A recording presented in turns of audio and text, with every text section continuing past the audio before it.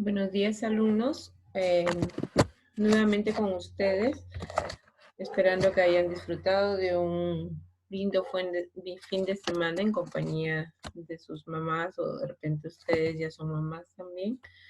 El día de hoy, en la clase de primeros auxilios, vamos a hablar sobre los signos vitales. Hay que recordar un poco que la clase pasada hicimos sobre lo que era la evaluación primaria.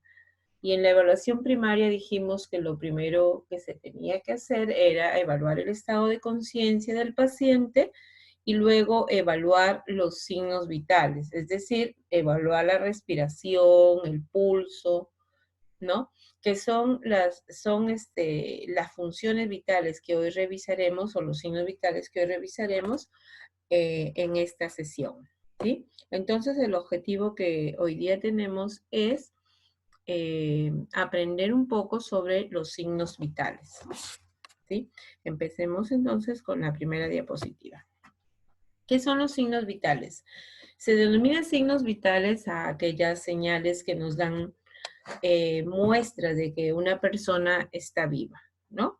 Es decir, nos dicen, nos demuestran que esa persona está viva, respira, tiene pulso. Esos son los signos vitales. ¿Y por qué le llaman signos vitales? Porque de alguna manera nos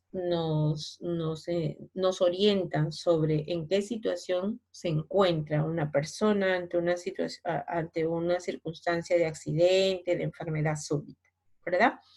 Entonces, los signos vitales son el pulso, la respiración, la temperatura y la presión arterial. Esos serían los signos vitales, ¿sí? El pulso y la presión arterial están relacionadas con la función cardíaca. ¿Qué quiere decir eso?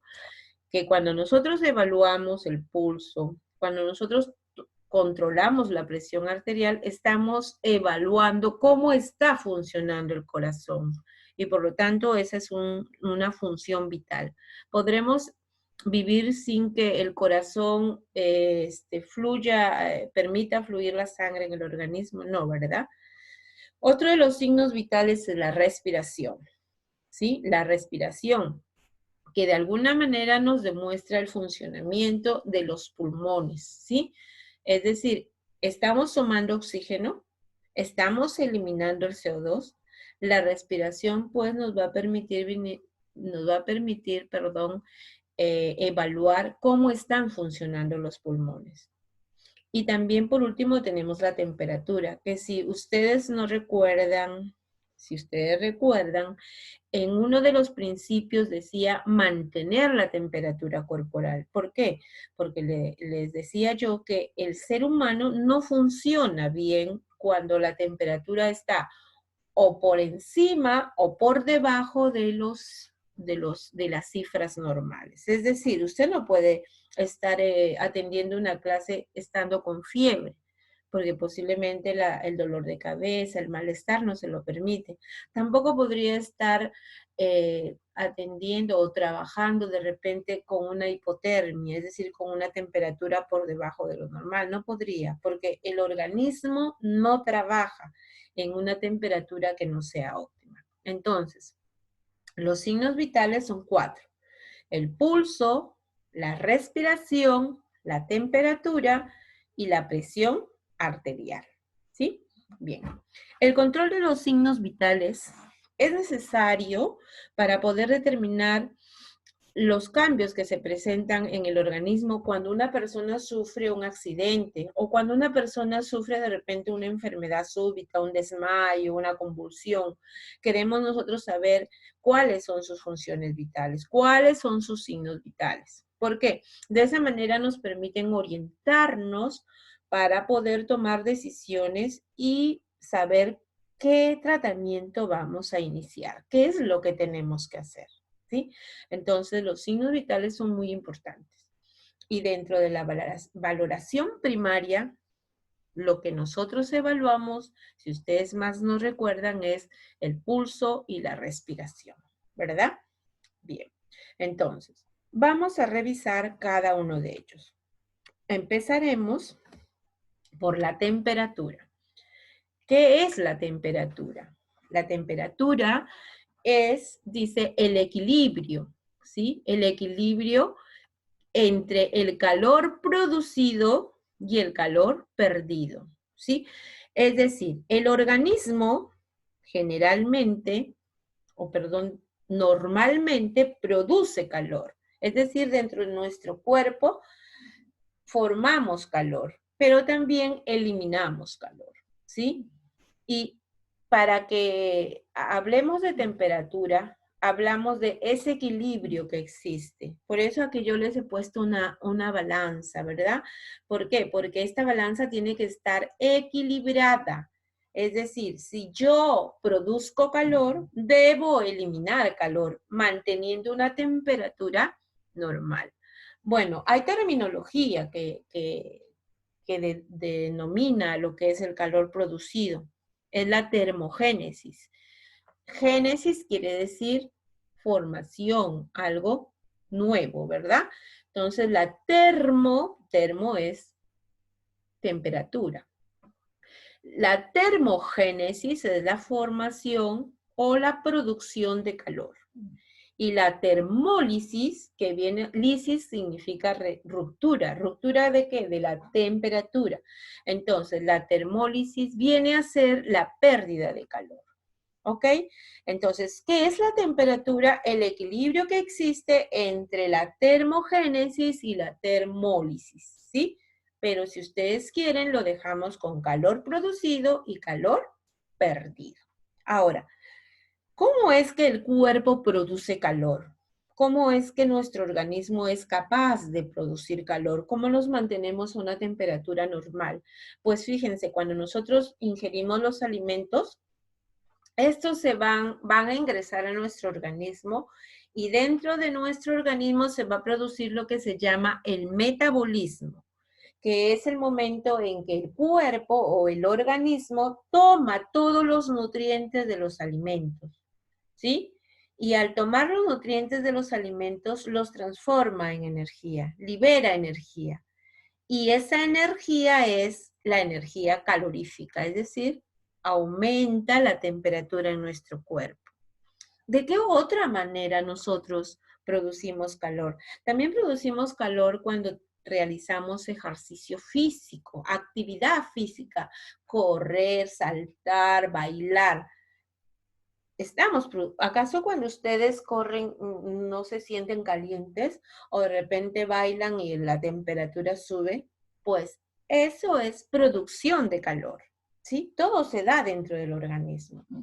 Pero si usted produce mucho calor, tiene que eliminarlo. ¿Para qué? Para mantener el equilibrio. ¿Y cómo lo elimina? ¿Cómo eliminamos calor? ¿Podremos eliminar el calor también? También lo eliminamos. El calor perdido o eliminado o la termólisis se realiza a través de la transpiración, ¿sí? Es decir, cuando transpiramos, cuando sudamos, ¿sí? Cuando nosotros sudamos, estamos eliminando el calor excesivo que tenemos y por eso decimos, tengo calor. ¿Y qué pasa?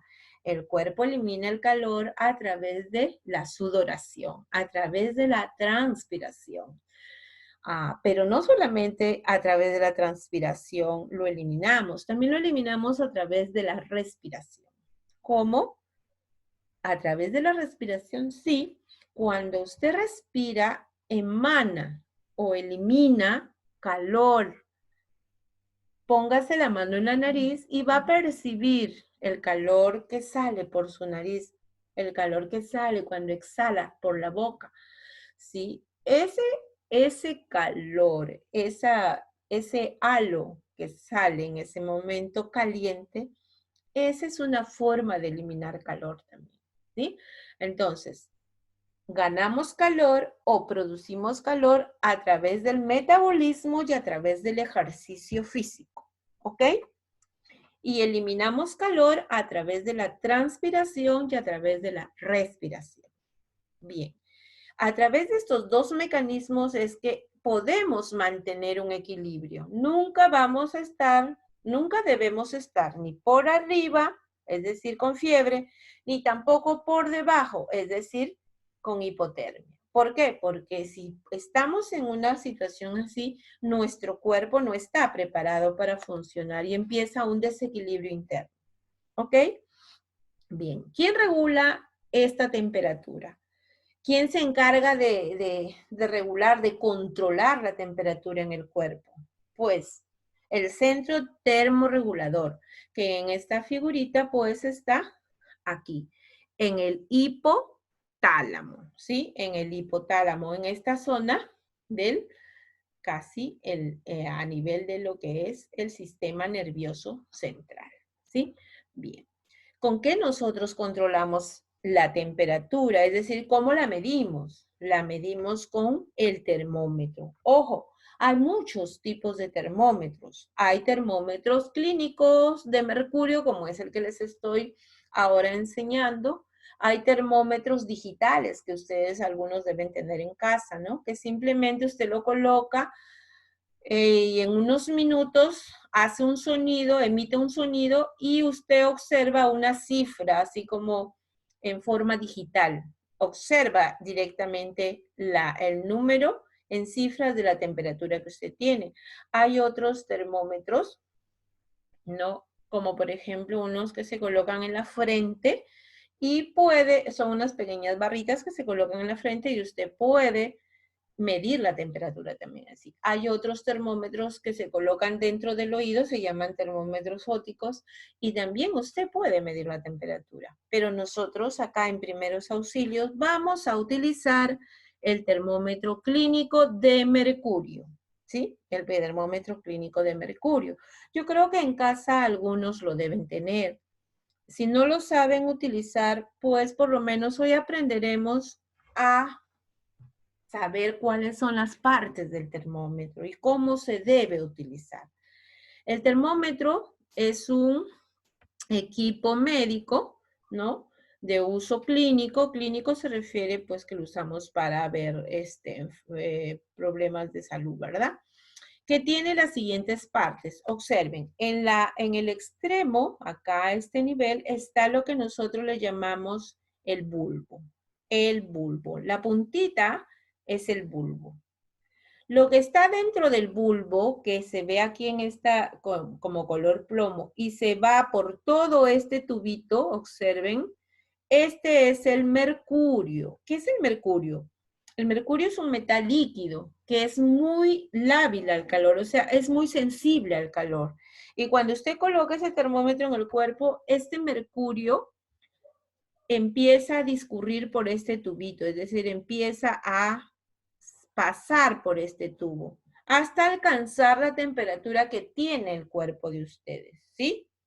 Entonces, el termómetro tiene el bulbo, que es este extremo como una punta, el mercurio que está dentro, este color plateado, y va a caminar o discurrir por este canal, ¿sí? La escala vienen a ser los números, que va en este caso desde el 35 hasta el 42, ¿sí? Hasta el 42. Y está graduado en escala de grados Celsius.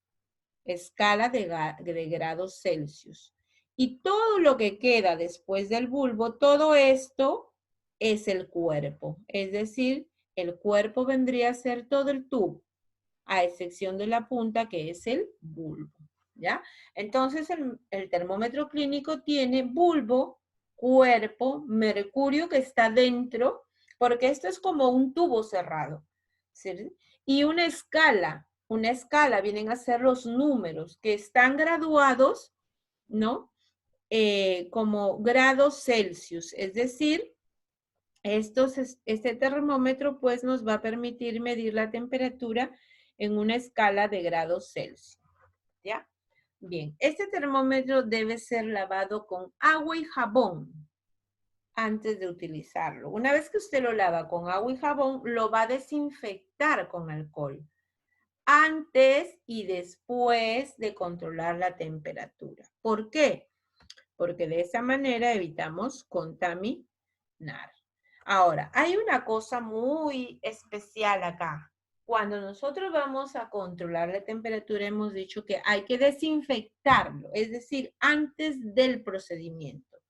Antes de controlar la temperatura, usted va a limpiar el termómetro desde el bulbo, por eso la flecha está acá, desde el bulbo hasta el cuerpo, es decir, desde la puntita hacia arriba, ¿sí? Lo lava y coge su algodón humedecido con alcohol y lo pasa desde la punta hasta hacia arriba, es decir, desde el bulbo hacia el cuerpo. Y cuando ya usted terminó de controlar la temperatura, lo va a limpiar al contrario. ¿Por qué al contrario? Porque recuerde que usted lo ha colocado en la boca, en la axila o en la zona que corresponde. Entonces sale con secreciones. Y ahora, si usted ya los retiró del cuerpo, lo va a limpiar desde el cuerpo hacia el bulbo, es decir, en sentido contrario a lo anterior.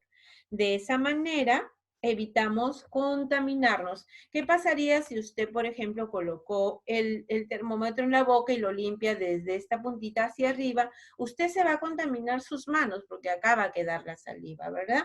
Entonces, por eso es que se limpia desde el cuerpo hacia el bulbo. Eso es muy importante.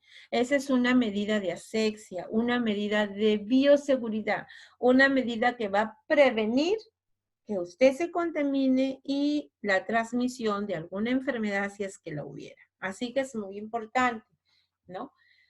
Tenemos que tener en cuenta este cuidado.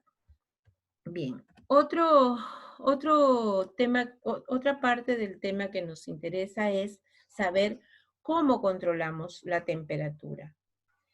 ¿En qué zonas controlamos la temperatura? Bien, la temperatura corporal se puede controlar o se puede medir en 3 zonas específicas del cuerpo. Hay otras, pero las que más utilizamos son la temperatura oral, que viene a ser en la boca, la temperatura axilar, que como su nombre lo dice, es en la axila, y la temperatura rectal, que se da a nivel del recto. Ahora, para nosotros controlar la temperatura, lo primero que debemos hacer es desinfectar, ya les dije, el termómetro. Una vez que lo desinfecta, usted debe bajar el mercurio. ¿Qué quiere decir bajar el mercurio? Pues ese líquido que les dije que estaba por el tubito color plateado, tienen que ustedes bajarlo y que quede en 36 o menos de 36. ¿Y eso cómo lo hace? Pues coge su termómetro de esta forma y lo sacude en el aire, ¿no? Firmemente, no necesita hacerlo fuerte, firme simplemente. Lo sacude 2, 3 veces firmemente y el mercurio baja solo a 36 grados. Ojo, el termómetro siempre usted deberá cogerlo por el cuerpo, así como está la imagen, ¿sí? La imagen que usted está observando aquí nos enseña cómo debemos coger nuestro termómetro, ¿sí? Y bueno, cuando cogemos el termómetro lo hacemos por el cuerpo. Bien, ahora, el procedimiento va a depender de la zona que usted elija, ¿sí? Si nosotros elegimos la cavidad oral o la boca, por no decirlo de otra manera, lo deberá colocar debajo de la lengua, así como la figura lo muestra. Levanta la lengua y el termómetro va debajo. Y luego se coloca hacia un costado, es decir, hacia el ángulo de la boca. No va directo, no va de frente, va hacia el costado. Bien a la derecha o bien a la izquierda. ¿Qué tiempo debe sostener el termómetro la persona en la boca? De 3 a 5 minutos. 3 a 5 minutos. ¿Y cómo debe asegurar ese termómetro? Hay que fruncir los labios, es decir, juntar los labios de tal manera que el termómetro no se salga y tampoco ingrese aire ni salga aire de la boca, ¿verdad? Una vez que usted ha contado 3 a 5 minutos, va a retirar el termómetro. Lo retira de la boca, lo limpia desde donde les dije, en este caso, desde el cuerpo hasta el bulbo. Lo lee, es decir, mira cuánto ha tenido de temperatura y lo registra. ¿Por qué les digo lo registra? Porque si usted está en un servicio asistencial, si usted está controlando una temperatura cada hora, tiene que anotarlo, porque si no, luego se olvidará. ¿Sí? Bien. Si es una temperatura axilar la que vamos a evaluar, entonces ahora nos dirigimos hacia la axila. Antes de colocar el termómetro en la axila, ¿qué es lo que usted debe hacer? Secar la axila del paciente, limpiarla o pedirle al paciente que lo haga él, ¿verdad? Generalmente en casa pues lo hacemos nosotros, ¿no? Y si no, le pedimos al paciente si está en condiciones de hacerlo. Y si no, pues tendremos que hacerlo nosotros. Para eso se utilizan guantes. Bien, luego que usted ha limpiado la axila del paciente, va a colocar el termómetro en contacto con la piel. ¿A dónde se coloca? Ahí en la figurita, no sé si ustedes lo observan, está al centro de la axila. Se coloca al centro de la axila y baja el brazo, el termómetro queda el bulbo en esa zona. ¿Qué tiempo debe permanecer? De 5 a 7 minutos, ¿sí? 5 a 7 minutos. Es el lugar donde más tiempo debe permanecer. Una vez que se cumple el tiempo, igual se retira, se limpia ¿desde dónde? Desde el cuerpo hasta el bulbo.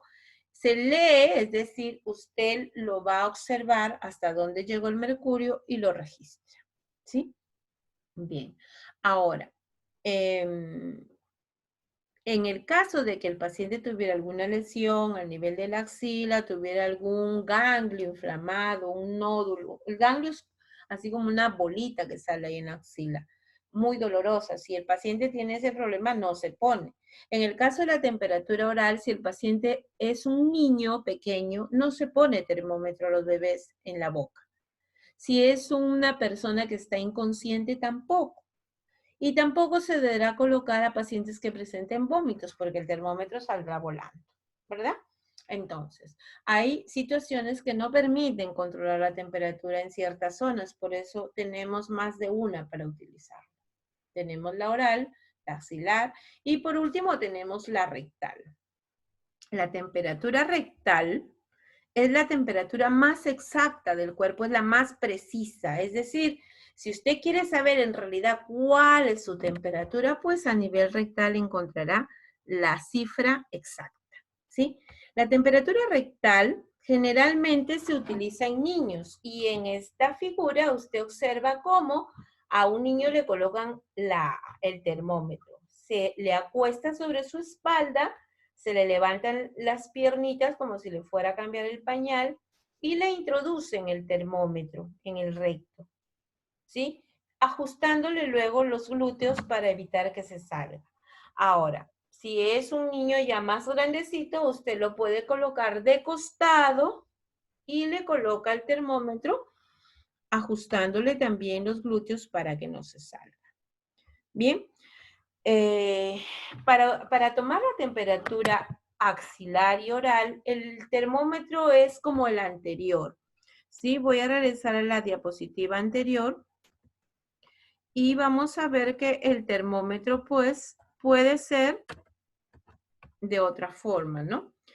Puede ser el bulbo alargado, pero si el termómetro es rectal, el bulbo este es un poco más redondito, es de acuerdo a la forma de acuerdo a la anatomía del cuerpo, ¿sí? Por eso dice que se utiliza de bulbo redondo. Y antes de colocarlo siempre lo debemos lubricar con vaselina, ¿no? ¿Por qué? O con un aceitillo de bebé. ¿Por qué? Porque de todas maneras vamos a introducirlo en una zona más pequeña. Se separan los glúteos, se introduce en el recto. Si es un niño, ¿qué cantidad o cuántos centímetros se puede introducir dentro del recto? De 1 a 1.5 centímetros. Y si es un adulto, se hace de 3 a 4 centímetros. Ojo, esta temperatura rectal generalmente se utiliza en niños, pero eso no quiere decir que en adultos no se haga. Se puede hacer, ¿no? ¿Qué pasa si tenemos un paciente con lesiones en la boca, en los brazos? Pues tendremos que tomar la temperatura rectal, ¿no?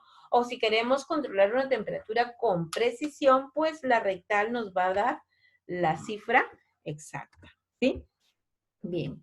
¿Y ¿Qué tiempo necesitamos para colocarlo en el recto? De 1 a 3 minutos, es decir, menos tiempo que la axilar, menos tiempo que la oral. Fíjense, aquí tenemos de 1 a 3, acá tenemos en la oral de 3 a 5 y acá tenemos de 5 a 7. Así que en cada zona va a variar el tiempo. ¿Por qué? Aquí les he dicho que la temperatura es la más precisa, es la más exacta. Cuando usted termina ya el tiempo en 3 minutos como máximo, 1 como mínimo, retira, limpia, lee y anota o registra. ¿Ok? Entonces el procedimiento siempre va a ser así, ¿no? Usted coloca el termómetro, mide el tiempo y va a tener que explicarle al paciente, en el caso del niño hay que hacerlo nosotros, va a tener que explicarle al paciente que si es en la boca debe ajustarlo frunciendo la boca y si es en la axila hay que cerrar la axila de tal manera que no, no lo levante hasta que se cumplen los 5 a 7 minutos. ¿Ok? Entonces, ¿cuándo no debemos tomar una temperatura rectal? Cuando hay lesiones en el recto, como hemorroides, cirugías, o de repente cuando pues han hecho, el paciente, perdón, tenga un problema diarreico. En esas condiciones no se puede tomar la temperatura rectal. Bien. Veamos, ¿cuáles son los valores normales de la temperatura? Es decir, ¿cuándo yo puedo decir que la temperatura es normal? En el ser humano, la temperatura normal va de 36.5 a 37.5. 36 a 37.5. ¿Sí? Bien. Pero, ¿por qué? ¿Por qué tenemos esas cifras? Porque en cada zona del cuerpo va a haber una variación. Fíjense, la temperatura oral, la que nosotros medimos en la boca, es 36.5, es lo mínimo. Eso es lo mínimo que puede tener una persona. Si tiene 36, quiere decir que su temperatura está baja. Ojo, estoy dando cifras de adultos, ¿sí? Porque si nosotros hablamos de adultos mayores, de los ancianos, la temperatura es más baja. Si hablamos de bebés recién nacidos, la temperatura es más baja. Estas cifras que les doy yo en primeros auxilios serán siempre cifras para adultos. En algunos le voy a dar de todos, pero en este caso de adultos, ¿sí? Entonces, la temperatura de un adulto a nivel de la boca o a nivel oral es de 36.5. A nivel de la axila, la temperatura es 37,5. Y a nivel del recto es 37.5. Es decir, tenemos un parámetro mínimo de 36.5 hasta 37.5. No podemos tener ni más ni menos. ¿Por qué? Porque estaremos ya con problemas. Si ustedes observan, la temperatura rectal, ¿sí? Es 0.5 más que la temperatura axilar, ¿verdad? ¿Sí? Y tiene un grado centígrado más que la temperatura oral. Entonces, pues, ustedes pueden ver aquí la diferencia. En relación a las alteraciones de la temperatura, es decir, lo que ya no es normal, lo que está en negativo, lo que está mal, porque aquí está en positivo, quiere decir que está bien. Si la temperatura se altera, estamos en una situación negativa, ¿no? Y a eso nosotros le vamos a llamar o le denominamos con diferentes terminologías. La hipotermia, hipo significa disminución, hipo. Acuérdense, el término hipo, o mejor dicho, el prefijo hipo, significa disminución. Hiper significa aumento. Hipotermia, termia está relacionado a la termorregulación, está relacionado a la temperatura. La hipotermia, es decir, la disminución de la temperatura menor de 36 grados, se denomina hipotermia. Cuando la temperatura baja menos de 36 grados, estamos bajo una hipotermia. Si la temperatura se encuentra 37,6, es decir, más que este, uno más, 37,6 hasta 37,9, la temperatura se le denomina febrícula. Y si la temperatura es 38 grados a más, entonces se le llama hipertermia. Quizás aquí tendríamos que regresar un poco al termómetro y observar que nuestro termómetro tiene aquí desde el 35 hasta el 42. Este es 35, esta rayita 36, 37, esta rayita 38, 39, 40. Si nuestra temperatura está por debajo del 36, es hipotermia. Si está por encima del 30, aquí es 37.5, no, aquí es 37.5. Si se pasa una rayita, es 37.6. Y si nos vamos del 37.6 al 37.9, ¿qué va a pasar?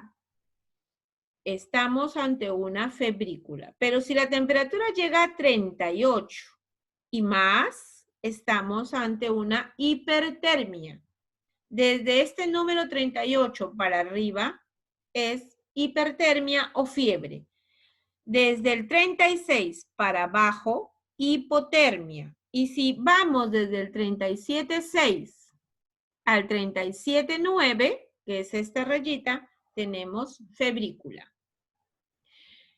Cada rayita la leemos como una décima. Dice 35.1, .2, .3. Si este 37, por ejemplo, me da hasta este punto, tendría 37, 1, 2, 3, 4, 5, 6, 7, ¿no? Y sería el número 37.7. Así se mide la temperatura, es decir, cada rayita nos va a dar una décima de temperatura y decimos 37.1, 37.2, .3, .4, ¿no? Hasta que nosotros podamos, pues, medir adecuadamente la temperatura. Y cuando yo les digo si la temperatura está mayor de 38 o de 38 más, entonces estamos hablando de un aumento de la temperatura o hipertermia, que también se le conoce como fiebre, ¿sí? Entonces, acá en la mano, a la mano derecha del cuadro tenemos las alteraciones y acá los valores normales. Bien, entonces pues eso es la temperatura, ¿ok? Ahora, vayamos a hablar del pulso. El pulso, ¿qué es el pulso? El pulso les dije que tenía que ver con la función cardíaca.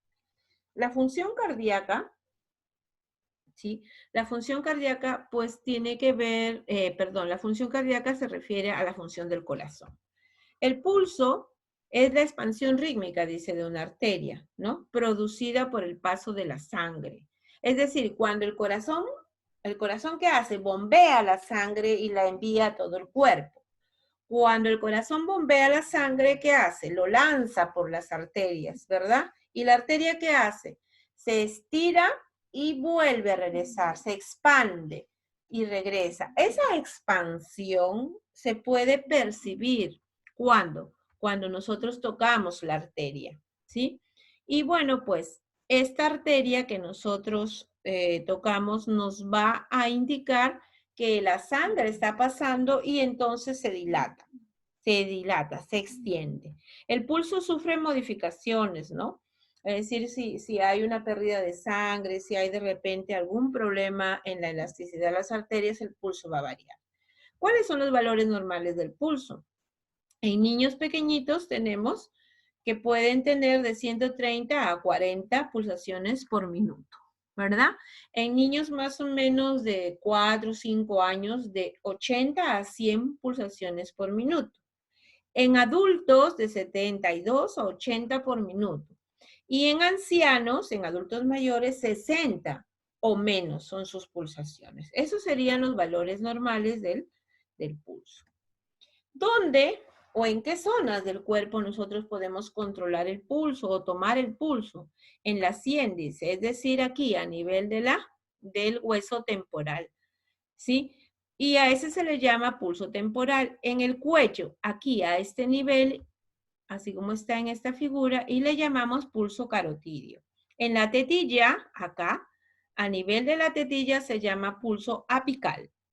¿Sí? También tenemos en la muñeca, puede estar el pulso radial y el pulso cubital. ¿Por qué? Porque tenemos dos arterias. En la parte interna del codo, aquí a este nivel, está el pulso humeral. Este es el húmero, ¿verdad? Más o menos va tomando el nombre de la zona que recorre. También tenemos a nivel de la ingle el pulso femoral, fíjense. El pulso femoral detrás de la rodilla, acá, detrás de la rodilla, el pulso popliteo. También tenemos en el dorso del pie el pulso pedio. Y bueno, pues esos son los pulsos que nosotros podemos utilizar para medir o controlar cómo funciona o cómo llega la sangre al corazón. Los pulsos más evaluados en primeros auxilios son el pulso carotidio, el pulso braquial y también el pulso radial. ¿Cómo se mide el pulso? Para medir el pulso debemos, observen acá, palpar la arteria, ¿sí? ¿Cómo lo palpamos? Con los 2 o hasta 3 dedos. El índice, el medio, y el que le sigue sería el anular. Jamás deben hacerlo con este dedo. Este es el dedo pulgar. ¿Por qué no lo podemos hacer? Porque este dedo tiene pulso. Y si usted lo coloca acá, se confunde el pulso de la persona o del paciente con el pulso del auxiliador. Entonces, el dedo índice y el dedo medio. Para que usted pueda percibir el pulso, debe presionar la arteria. Observen cómo la arteria es presionada contra el hueso. Pero esa presión no debe ser excesiva, porque de repente no va a poder percibir el pulso. Una vez que usted ha percibido el latido, tóquense por favor la muñeca a este nivel. Miren su dedo pulgar, bajan por y aquí está el pulso, en este huesito. Presionen ligeramente y van a sentir los latidos. Solamente sientan sus latidos, ¿sí? Eso se llama pulso. ¿Y qué es? Una onda que ejerce fuerza sobre la arteria. Y ese es el paso de la sangre. Una vez que la sangre pasa por ese lado, entonces estamos controlando pues nuestro pulso. Bien. Les dije que el pulso que más se utiliza es el carotidio, el radial y el apical. El carotidio se ubica a nivel del cuello, esta es la tráquea, y al costado de la manzana de Adán que le decimos, ahí usted puede palpar el pulso, ya sea la mano derecha o la mano izquierda. Nunca debe controlar los dos lados, uno solo, ¿sí? Desliza los dedos hacia el lado de la tráquea y presiona ligeramente y de esa manera usted va a poder sentir el pulso. El pulso radial, ya les expliqué, es a nivel del dedo pulgar, se colocan los dedos índice y medio, presiona ligeramente y usted puede percibir el pulso. El pulso apical, ¿dónde se encuentra el pulso apical? Tetilla izquierda, comprime ligeramente 2 dedos y ahí usted va a sentir el pulso. Pero generalmente este pulso lo utilizamos en los bebés, ¿sí? En los bebés. ¿Por qué? Porque imagínense un bebé pequeñito, es difícil tomar el pulso en la mano, entonces más fácil es tomarle en la tetilla, ¿sí? El pulso apical. Bien. ¿Cuáles son las alteraciones del pulso? También tiene alteraciones. Miren, si el pulso disminuye, es decir, baja, se llama bradicardia. ¿Cuándo se denomina bradicardia? Cuando el pulso baja menos de 60 por minuto. Y otra alteración es la taquicardia. ¿Cuándo? Cuando el pulso sube. Y ese aumento del pulso por encima de 100 nos indica que tiene una taquicardia. ¿Ok? Bien, hasta acá hemos llegado con lo que son las funciones vitales. Yo les agradezco por su atención y nos estaremos viendo para la próxima clase. Buenos días con todos ustedes.